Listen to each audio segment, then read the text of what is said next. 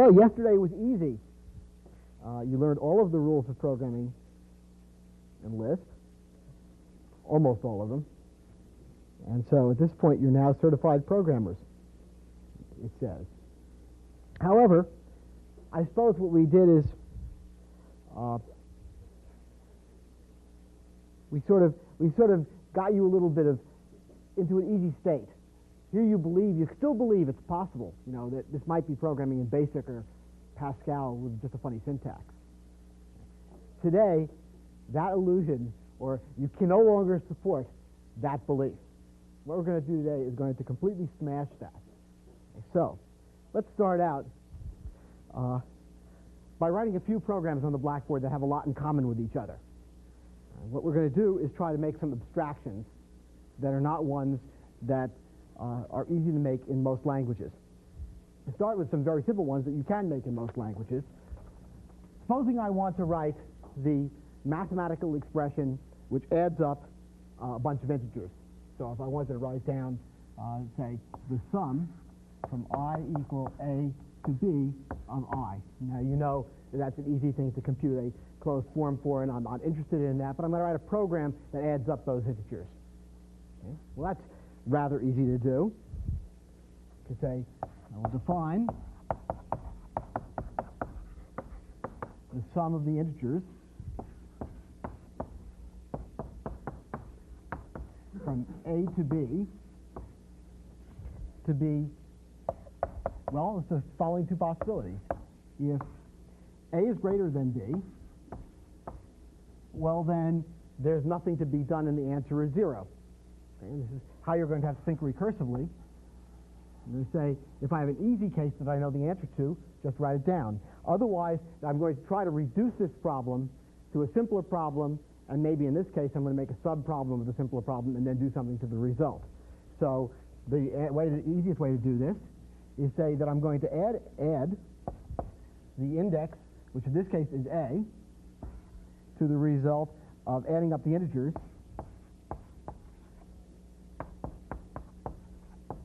from A plus 1 to B.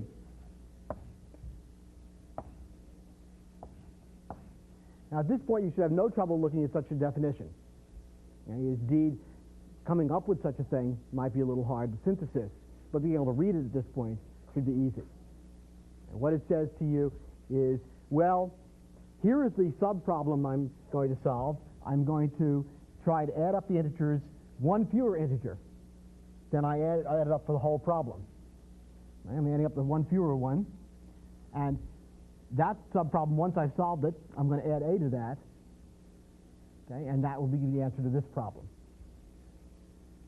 And in the simplest case, I don't have to do any work.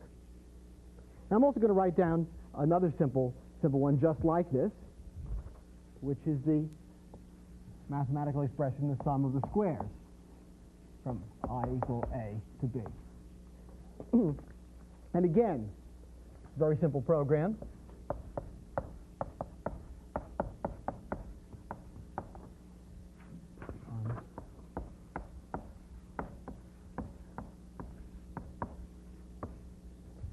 And indeed, it starts the same way.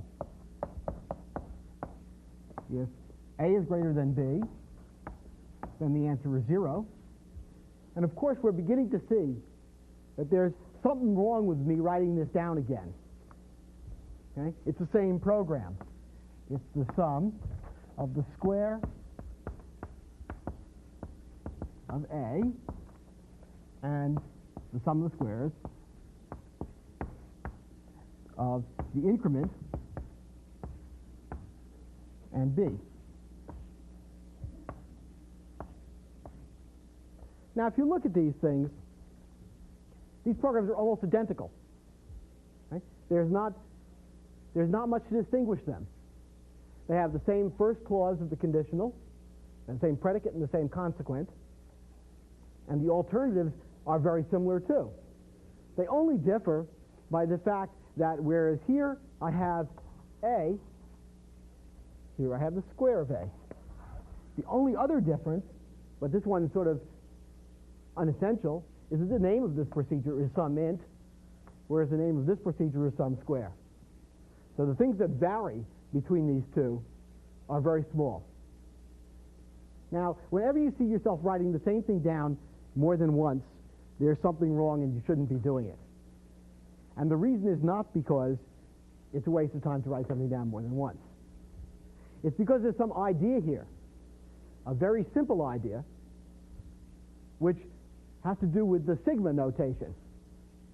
Right? It's this much. Not depending upon what it is I'm adding up. And I would like to be able to always, whenever trying to make complicated systems and understand them, it's crucial to divide the things up into as many pieces as I can, each of which I understand separately. I would like to understand the way of adding things up independently of what it is I'm adding up, so that I can use that having debugged it once, having understood it once, and having been able to share that among many different uses of it. Here we have another example. Okay, if I want, this is Leibniz's formula for finding pi over 8. It's a funny, ugly mess. What is it? Something like 1 over 1 times 3 plus 1 over 5 times 7 plus 1 over 9 times 11 plus, and for some reason, things like this tend to have interesting values like pi over 8. But what do we see here? It's the same program, or almost the same program. It's a sum. Okay, so we're seeing the sigma notation, although over here we're dealing with incrementing by 4, so it's a slightly different problem, which means that over here I have to change a by 4, as you see right over here. It's not by 1. The other thing, of course, is that the thing that's represented by square in the previous sum of squares, or a, when I'm adding up the integers, well, here I have a different thing I'm adding up, a different term, which is 1 over a times a plus 2. But the rest of this program is identical. Well, anytime we have a bunch of things like this that are identical, we're going to have to come up with some sort of abstraction to cover them.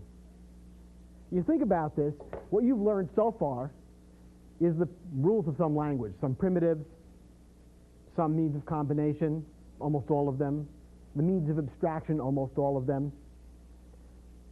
But what you haven't learned is common patterns of usage. Now, most of the time you learn idioms when learning a language, which are common patterns that mean things that are useful to know at a flash.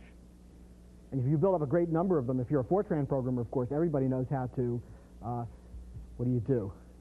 For example, to get an integer, which is the biggest integer in something. Okay, it's a classic thing. Every Fortran programmer knows how to do that. And if you don't know that, you're in real hot water, because it takes a long time to think it out.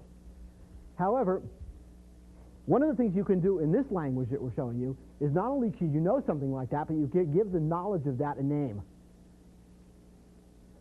And so that's what we're going to be going after right now. Okay, well, let's see what these things have in common. Okay, right over here, we have what appears to be a general pattern. A general pattern which covers all of the cases we've seen so far. There is a sum procedure which is being defined. It has two arguments which are a lower bound and an upper bound. The lower bound is tested to be greater than the upper bound, and if it is greater, then the result is 0. Otherwise, we're going to do something to the lower bound, which is the index of the computation, and add that result to the result of calling this procedure recursively on the lower bound incremented by some next operation, okay, with the same upper bound as I had before. So this is a general pattern, and what I'd like to do is be able to name this general pattern a bit. Well, that's sort of easy, because one of the things I'm going to do right now is there's nothing very special about numbers. Numbers are just one kind of data. And it seems to me perfectly reasonable to give all sorts of names to all kinds of data. For example, procedures. And now many languages allow you to have procedural arguments, and right now we're going to talk about procedural arguments. It's very easy to deal with, and shortly we'll do some remarkable things that are not like procedural arguments. So here we'll define our sigma notation. This is called sum, and it takes a term, okay, and a nexter, and b as arguments. So it takes 4 arguments. And there was nothing particularly special about me writing this in lowercase. I hope that it doesn't confuse you, so I'll write it in uppercase right now. The machine doesn't care. But these 2 arguments are different. These are not numbers. These are going to be procedures for computing something given a number. Term will be a procedure which, when given an index, will produce the value of the term for that index. Next, which will be given an index, will produce the next index. This will be used for counting. And it's just very simple. It's exactly what you see. If A is greater than B, then the result is 0. Otherwise, it's the sum of term applied to A and the sum of term, the next index,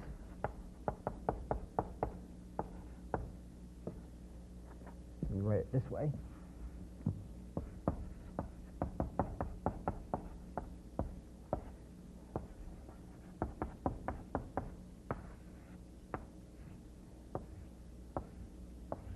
Now, I'd like you to see something first of all. I was writing here and I ran out of space.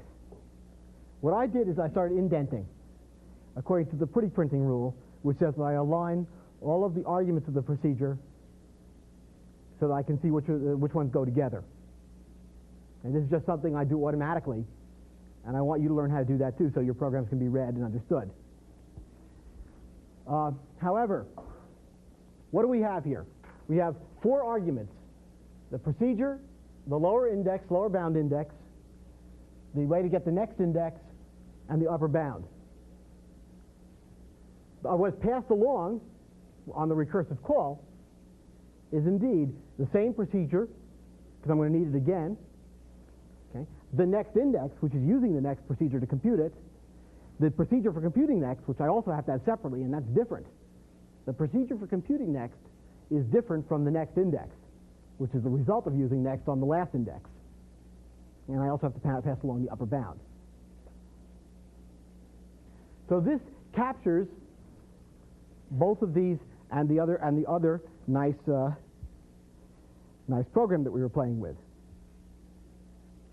So using this, we can write down the original programs as instances of sum, very simply.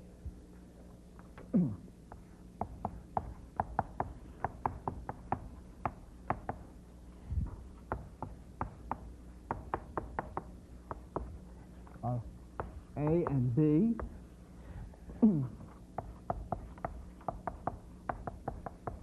Well, I'm going to need an identity procedure here because the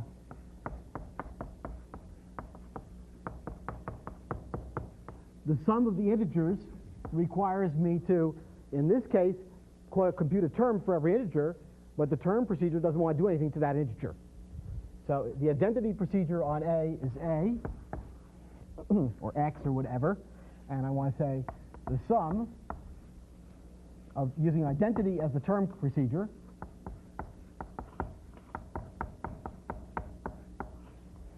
and using A as the initial index and the incrementer being the way to get the next index and B being the high bound, the upper bound. This procedure does exactly the same as the sum of the integers over here. Computes the same answer. Now, one thing you should see, of course, is that there's nothing very special over here about what I used as the formal parameter. I could have, for example, written this x. It doesn't matter. I just wanted you to see that this name does not conflict with this one at all. It's an internal name. For the second procedure here, the sum of the squares, it's even a little bit easier.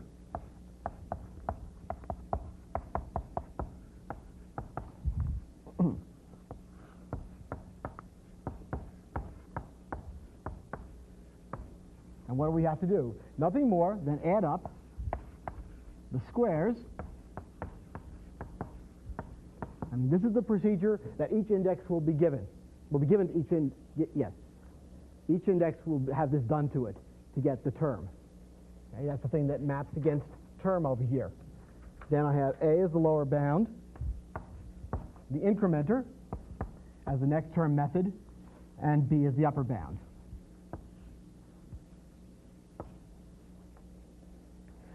And finally, just for the thing that we did about pi sums are sort of, well, it's even easier to think about them this way, because I don't have to think. What I'm doing is separating the thing I'm adding up from the method of doing the addition.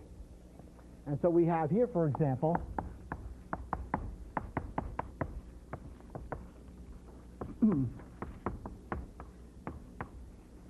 pi sum AB. Well, to sum of things, I'm going to write the term procedure here explicitly without giving it a name. Okay, this is anonymously. I don't necessarily have to give a name to something if I just want to use it once.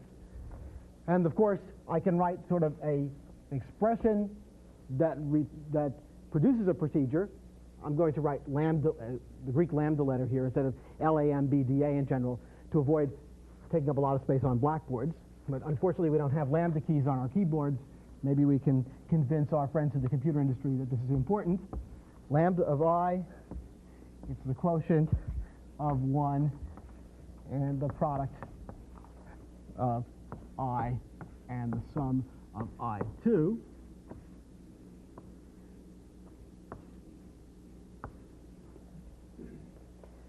Starting at A, with the way of incrementing being that procedure of an index I, which adds I to 4, and B being the upper bound. So we can see that this notation, the invention of the procedure that takes a procedural argument, allows us to compress a lot of these procedures into one thing. This procedure, sum, covers a whole bunch of ideas. Now, just why is this important? I tried to say before that it helps us divide a problem into two pieces, and indeed it does.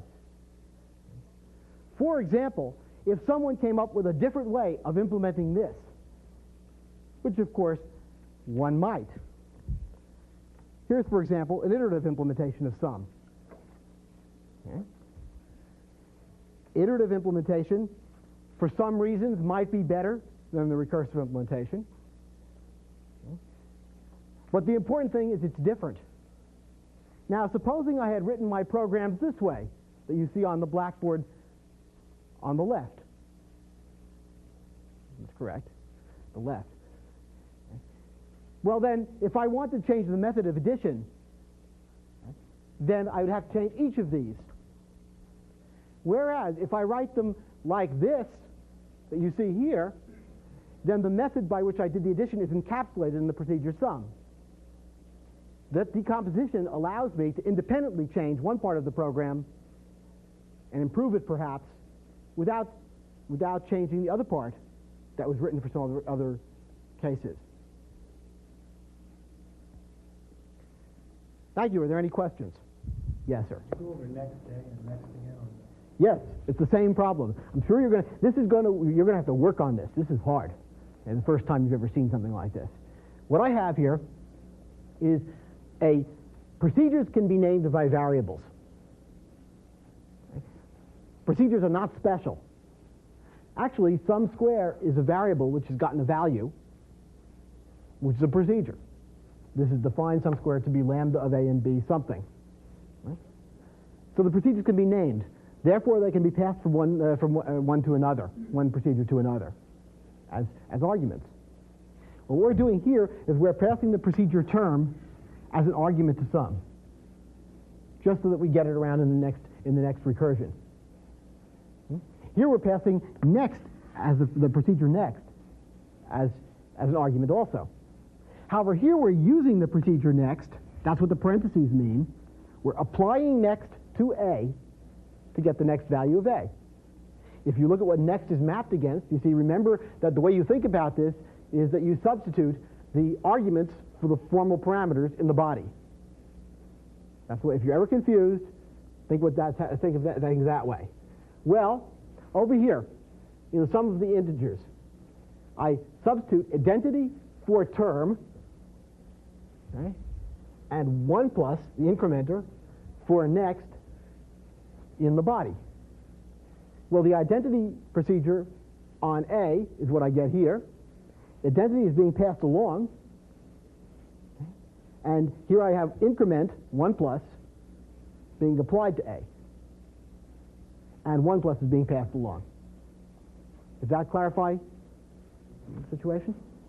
We could also define explicitly those two functions. Oh, yes. Pass them. Sure. We could pass. What we could do is we could have given names to them, just like I did here. In fact, I gave you various ways so you could see it, a variety. I mean, here I defined a thing, which I passed the name of. I referenced it by its name. Okay, but the thing was, in fact, that procedure of one argument x, which is x. Okay, the identity procedure is just lambda of x, x. Right? And that's what you're seeing here. That here I happen to just write its canonical name there for you to see. Okay. Suppose we take our 5-minute break?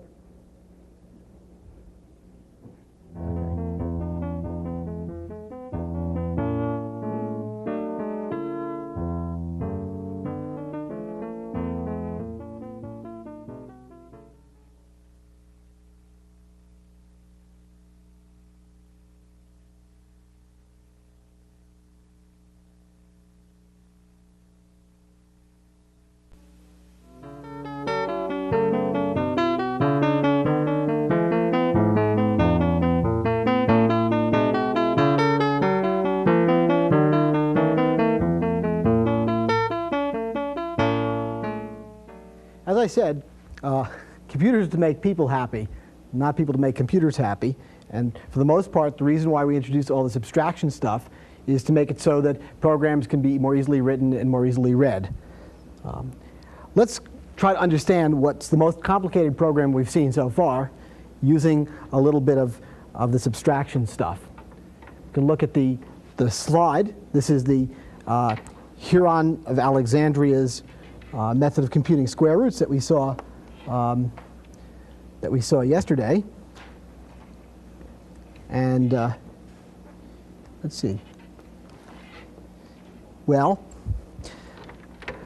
in any case, this program is a little complicated. And at the current state of your thinking, you just can't look at that and say, oh, this obviously means something very, very clear. It's not obvious from looking at the program what it's computing. There's some loop here inside try, and the loop does something about trying the improvement of y. There's something called improve, which does some averaging and quotienting and things like that. But what's the real idea? Can we make it clear what the idea is? Well, I think we can. I think we can use abstraction that we have learned about so far to clarify what's going on. Now, what we have mathematically is a procedure for improving a guess for square roots. And if y is a guess for a square root, then what we want to get, we'll call a function f. This is the means of improvement.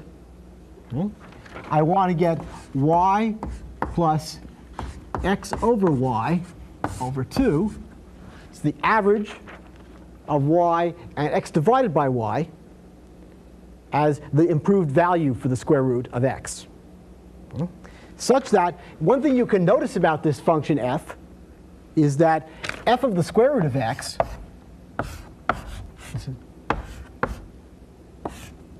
is in fact the square root of x. In other words, if I take the square root of x and substitute for y here, I see the square root of x plus x divided by the square root of x, which is the square root of x. That's 2 times the square root of x divided by 2 is the square root of x. So in fact, what we're really looking for is we're looking for a fixed point. A fixed point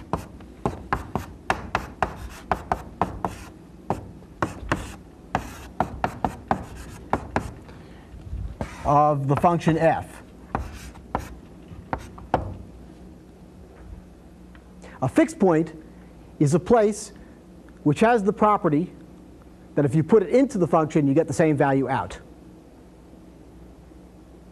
Now, I suppose if I were giving some nice boring lecture and you happen to have in front of you a HP 35 desk calculator, like I used to have when I went to boring lectures, and the thing is really boring, you put it into radians mode, and you hit cosine, and you hit cosine, and you hit cosine. And eventually you end up with 0.734 or something like that. 0.743, I don't remember what exactly. And it gets closer and closer to that. Some functions have the property that you can find their fixed point by iterating the function. And that's essentially what's happening in the square root program by Heron's method. So let's see if we can write that down, that idea.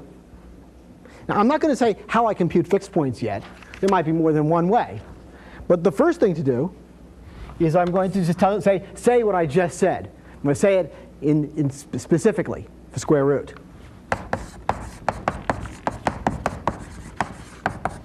The square root of x is the fixed point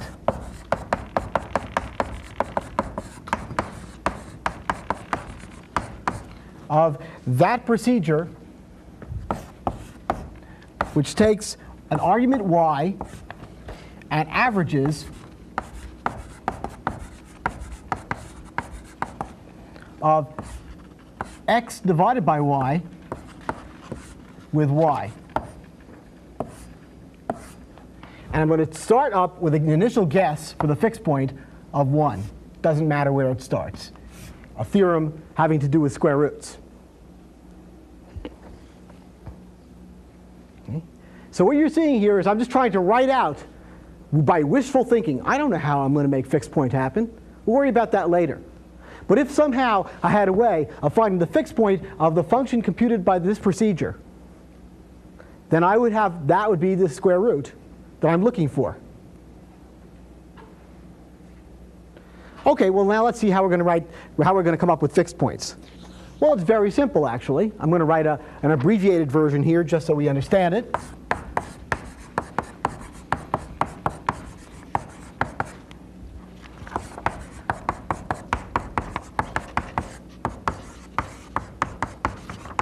I'm going to find the fixed point of a function f.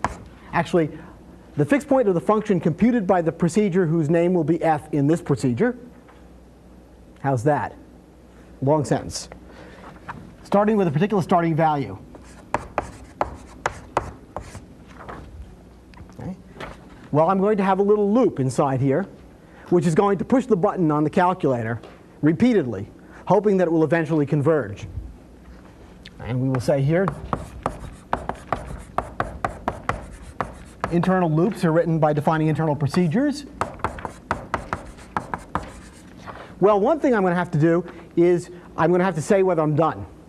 And the way I'm going to decide when I'm done is when the old value and the new value are close enough so I can't distinguish them anymore. That's the standard thing you do on the calculator, unless you look at more precision, and eventually you run out of precision. So the old value and the new value, and I'm going to say here, if I can't distinguish them, if they're close enough,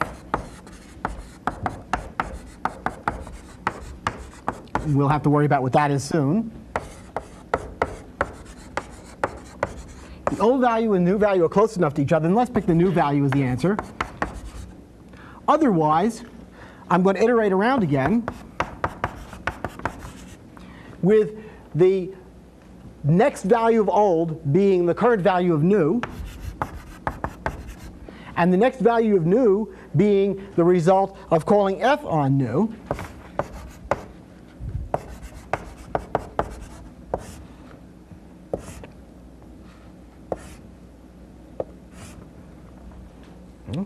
And so this is my iteration loop that pushes the button on the calculator.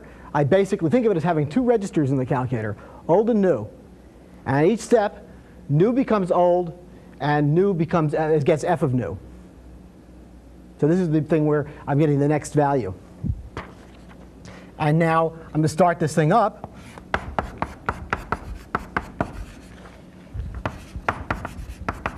By giving two values.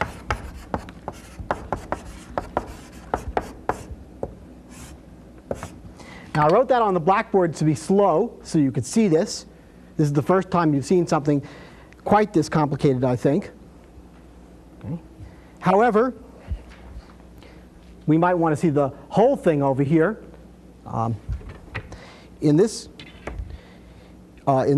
transparency or slide or whatever, what we have is all of the details that are required to make this thing work. I have a way of giving a tolerance for a close enough procedure, which we see here. The close enough procedure, it tests whether u and v are close enough by seeing if the absolute value of the difference in u and v is less than the given tolerance. Okay, and here's the iteration loop that I just wrote on the blackboard and the initialization for it, which is right there. It's very simple.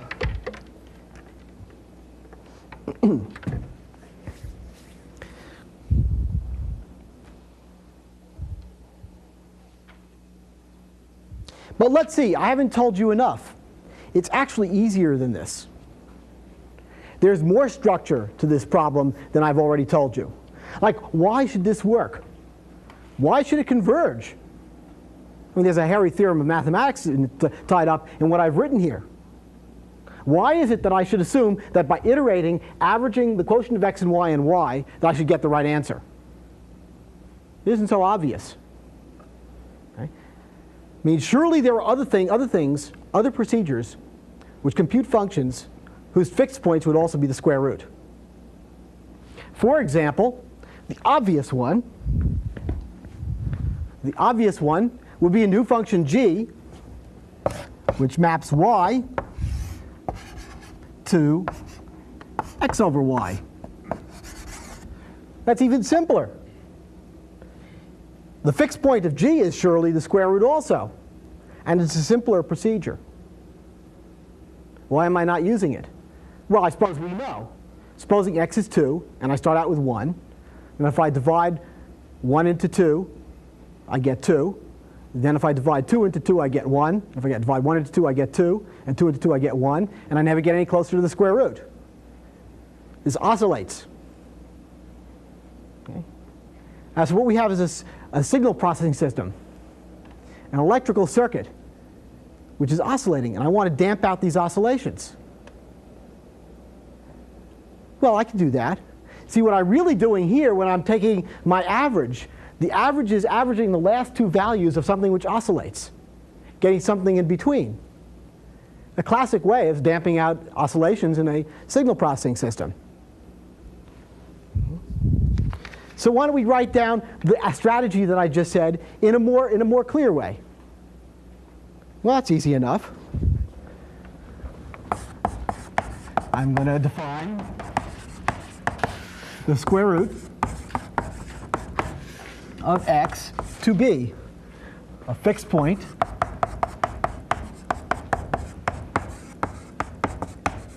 of the procedure resulting from average damping. Okay? So I have a procedure resulting from average damp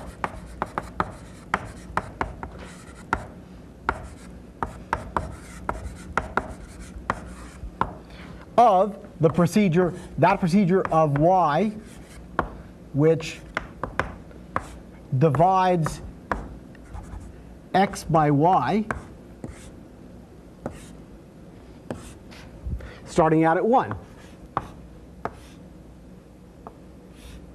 But average damp is a special procedure that's going to take a procedure as its argument and return a procedure as its value. It's a generalization that says, given a procedure, it's the thing which produces a procedure which averages the last value and the value before and after running the procedure. You can use it for anything if you want to damp out oscillations. So let's write that down. It's very easy. And stylistically here, I'm going to use lambda notation, because it's much easier to think when you're dealing with procedures that manipulate procedures to understand that the procedures are the objects I'm dealing with. So I'm going to use lambda notation here. Not always. I don't always use it. But very specifically here to expand on that idea, to elucidate it.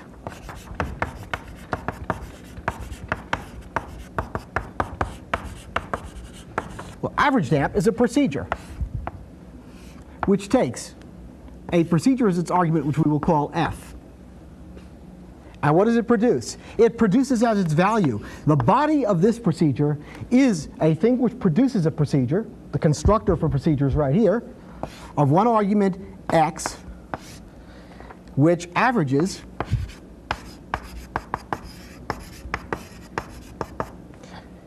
f of x with x.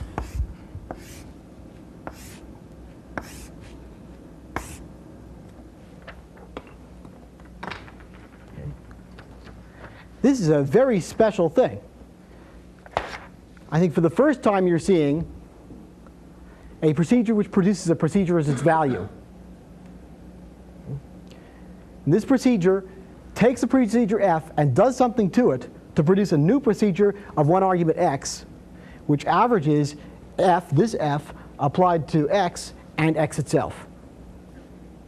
Used in the context here, I apply average damping to the procedure which just divides x by y. It's a division. Okay. And I'm finding the fixed point of that, and that's a clearer way of writing down what I wrote down over here, wherever it was. Here. Because it tells why I'm writing this down.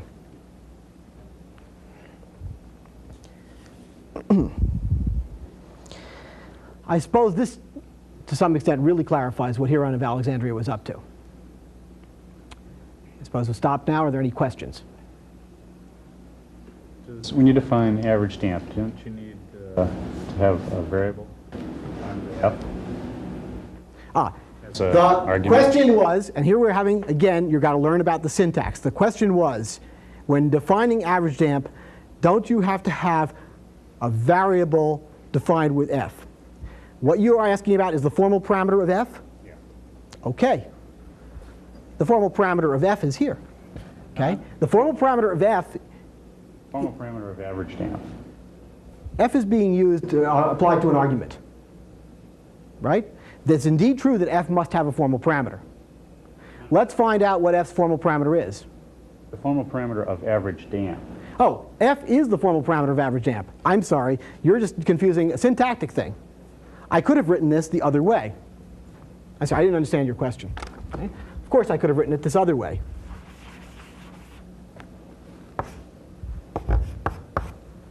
Those are identical notations.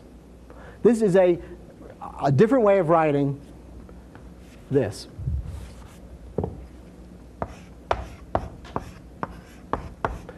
You're going to have to get used to lambda notation because I'm going to use it. Okay? What it says here, I'm defining the name average damp to name the procedure whose of one argument f. That's the formal parameter of the procedure average damp. What this is defined does is it says give this name a value. Here is the value for it. That there happens to be a funny syntax to make that easier in some cases. Is purely convenience. But the reason why I wrote it this way here is to emphasize that I'm dealing with a procedure that takes a procedure as its argument and produces a procedure as its value. don't understand why you use lambda twice. Can you just use one lambda, take two arguments, f and x? No. No? No, that would be a different thing. If I were to write the procedure lambda of f and x, the average of f of x and x, that would not be something which would be allowed to take a procedure as an argument and produce a procedure as its value. That would be a thing that takes a procedure as its argument and a number as its argument and produces a new number. But what I'm producing here is a procedure to fit in the procedure slot over here, which is going to be used over here. So the number has to come from here. This is the thing that's going to eventually end up in the x. And if you're confused, you should do some substitution and see for yourself. Yes? Once again, would you please show the definition for average damp without using lambda notation in both cases? I can't make a very simple one like that. Let me do it for you, though. Okay? I can get rid of this lambda easily. I don't want to be... okay. Actually, I'm lying to you. I don't want to do what you want, okay? Because I think it's more confusing than you think. I'm not going to write what you want.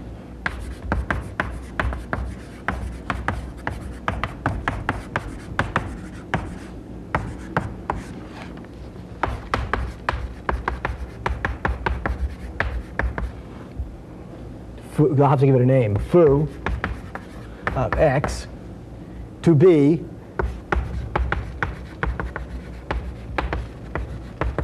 of f of x and return as the value foo. This is equivalent, but I have to make an arbitrary name up. This is equivalent to this without any lambdas. Okay? Since lambdas are very convenient for naming anonymous procedures. It's the anonymous name of something. Now, if you really want to know a cute way of doing this, we'll talk about it later, where you don't have to define the anonymous procedure. Any other questions? I suppose we go for our break again.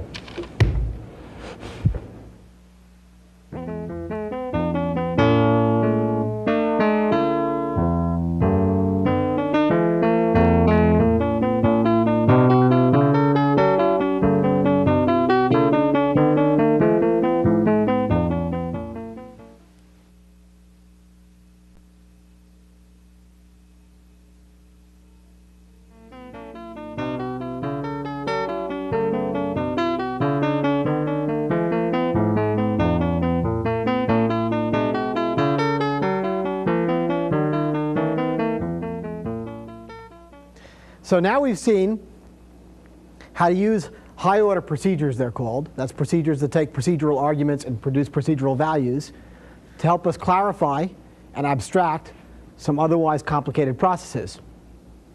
I suppose what I'd like to do now is have a bit of fun with that and sort of a little practice as well.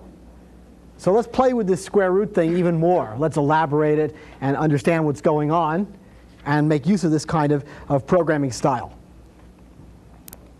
Well, one thing that you might know is that there is a general method called Newton's method, for the purpose of which is to find the roots, that's the zeros, of functions. So for example, to find a y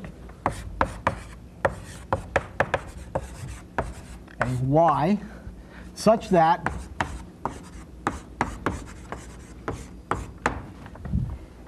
f of y equals 0, we start with some guess. This is Newton's method.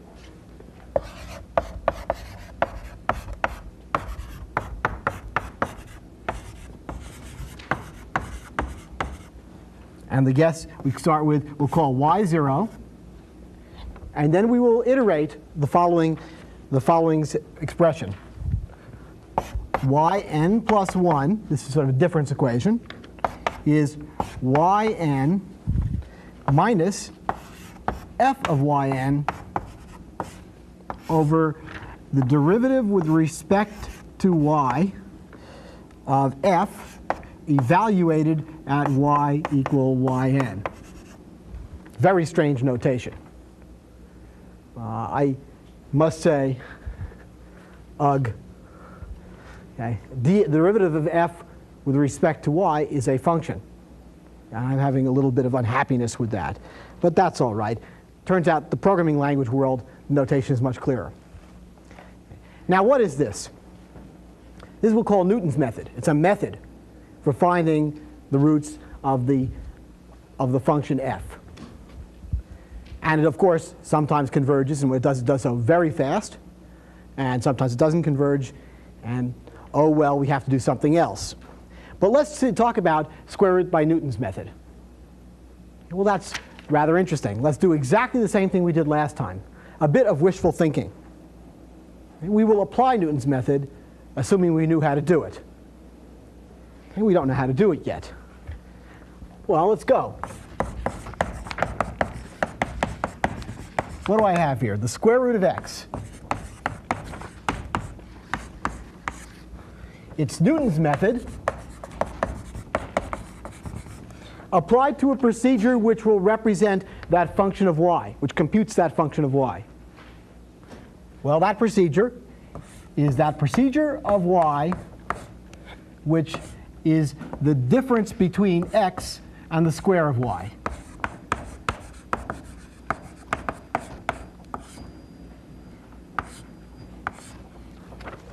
Indeed, if I had a value of y for which this was 0, then y would be the square root of x. See that? Okay. I'm going to start this out searching at 1. Again, completely arbitrary property of square roots that I can do that. Now, how am I going to compute Newton's method? Well, Newton's method, I have it right here. In fact, what I'm doing is looking for a fixed point of some procedure. This procedure involves some complicated expressions in terms of other complicated things. But I'm trying to find the fixed point of this. I want to find the values of y, for which if I put y in here, I get the same value out here, up to some degree of accuracy. Well, I already have a fixed point process around to do that. And so let's just define Newton's method over here.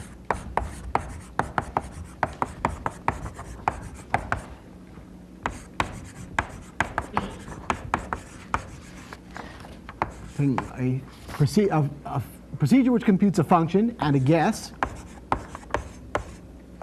initial guess. Now, I'm going to have to do something here. I'm going to need the derivative of the function. I'm going to need a procedure which computes the derivative of the function computed by the given procedure f. I'm trying to be very careful about what I say. I don't want to mix up the word procedure and function. Function is a mathematical word. It says a mapping from values to other values, set of ordered pairs. Okay? But sometimes I will accidentally mix those up. Their procedures compute functions.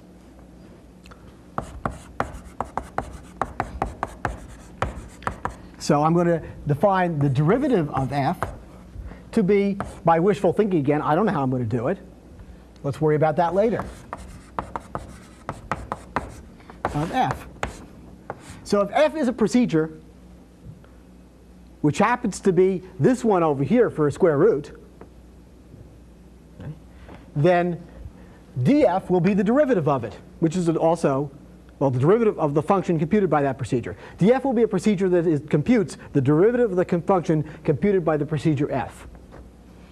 And then given that, I will just go for looking for a fixed point.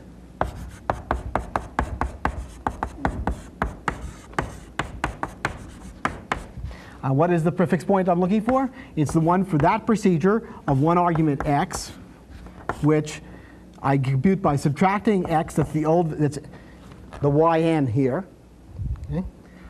The quotient of f of x and df of x.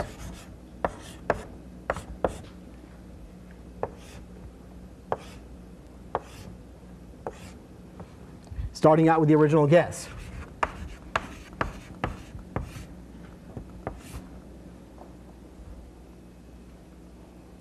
That's all very simple.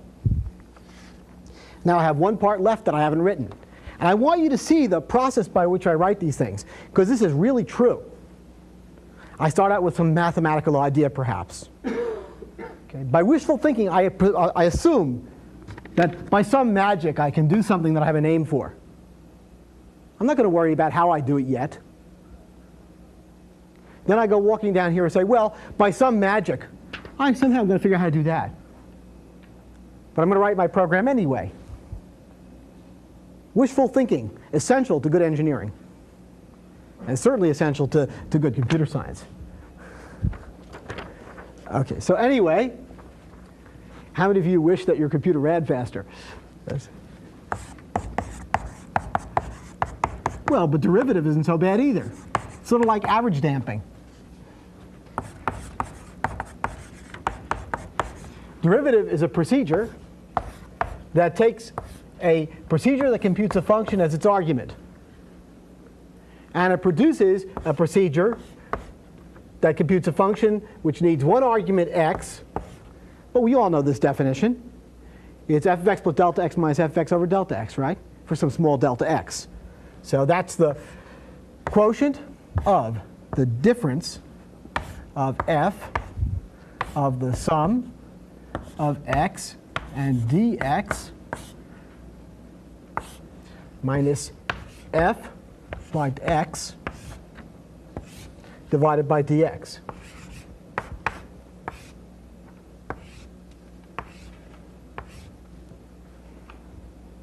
I think the thing was lighting up correctly when I bounced the parentheses. Okay. Now I want you to look at this. Just look.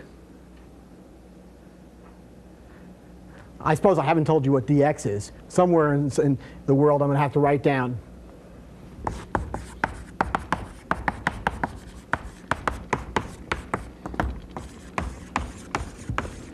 or something like that.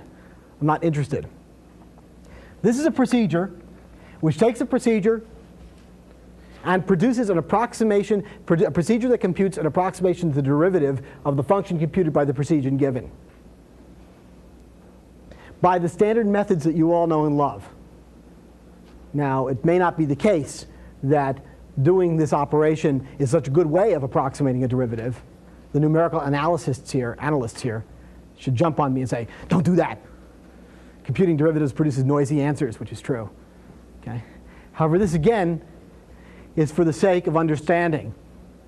Look what we've got.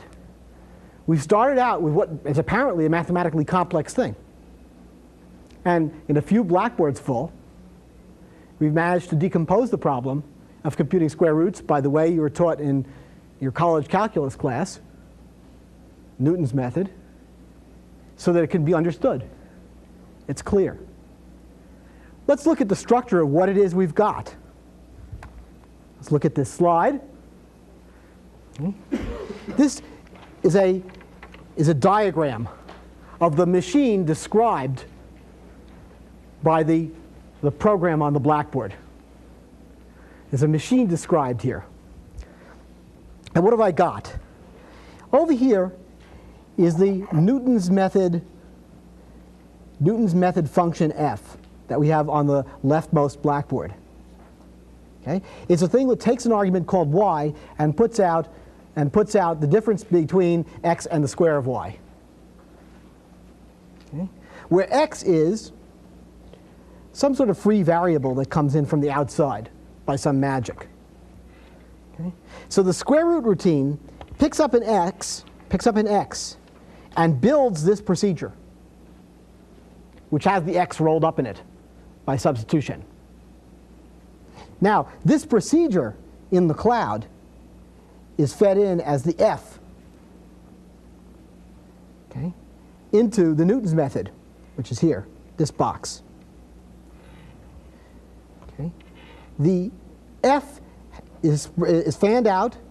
Part of it goes into something else, and the other part of it goes through a derivative process into something else to produce a procedure which computes the function which is the iteration function of Newton's method when we use the fixed point method.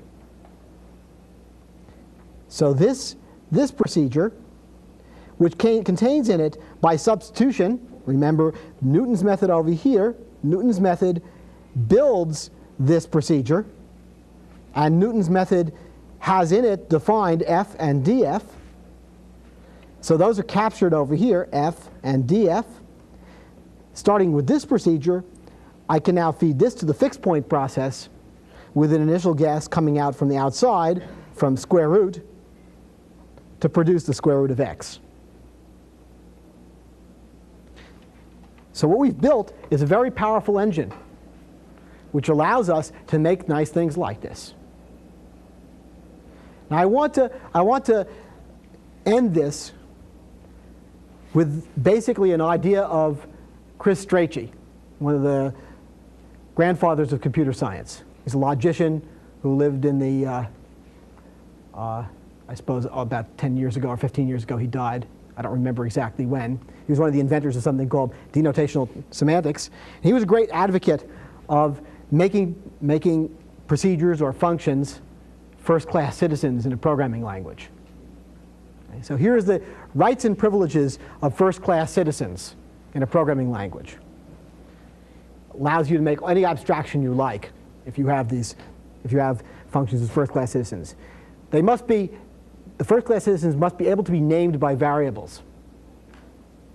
And you're seeing me doing that all the time. Here's a nice variable which names a procedure which computes something. Okay? There's they have to be passed as arguments to procedures. Well, you've certainly seen that. We have to be able to return them as values from procedures. And I suppose we've seen that. And we haven't yet seen anything about data structures. We will soon.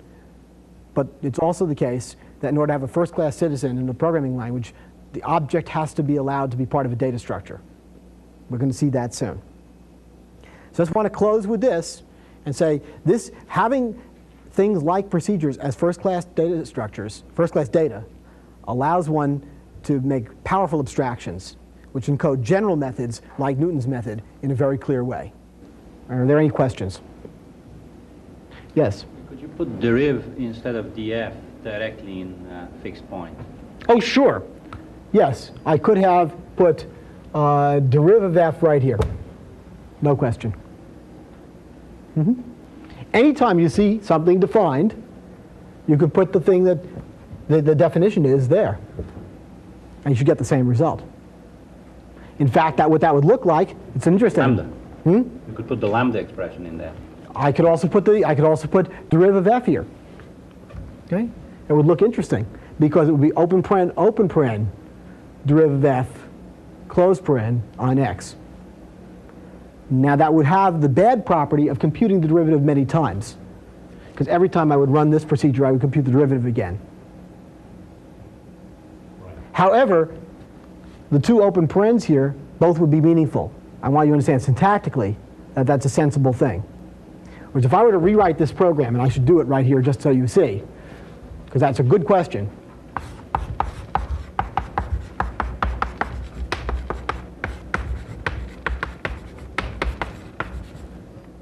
Of f and guess to be fixed point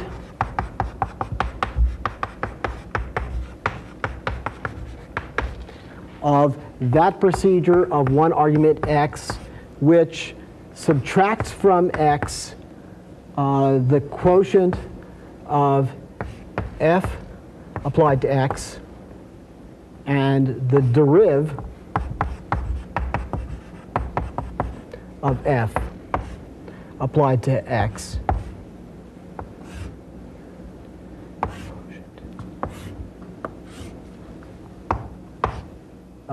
Guess. Okay? This is a perfectly legitimate program because what I have here, remember the evaluation rule.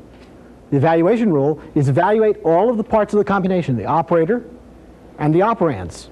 This is the operator of this combination. Evaluating this operator will, of course, produce the derivative of f.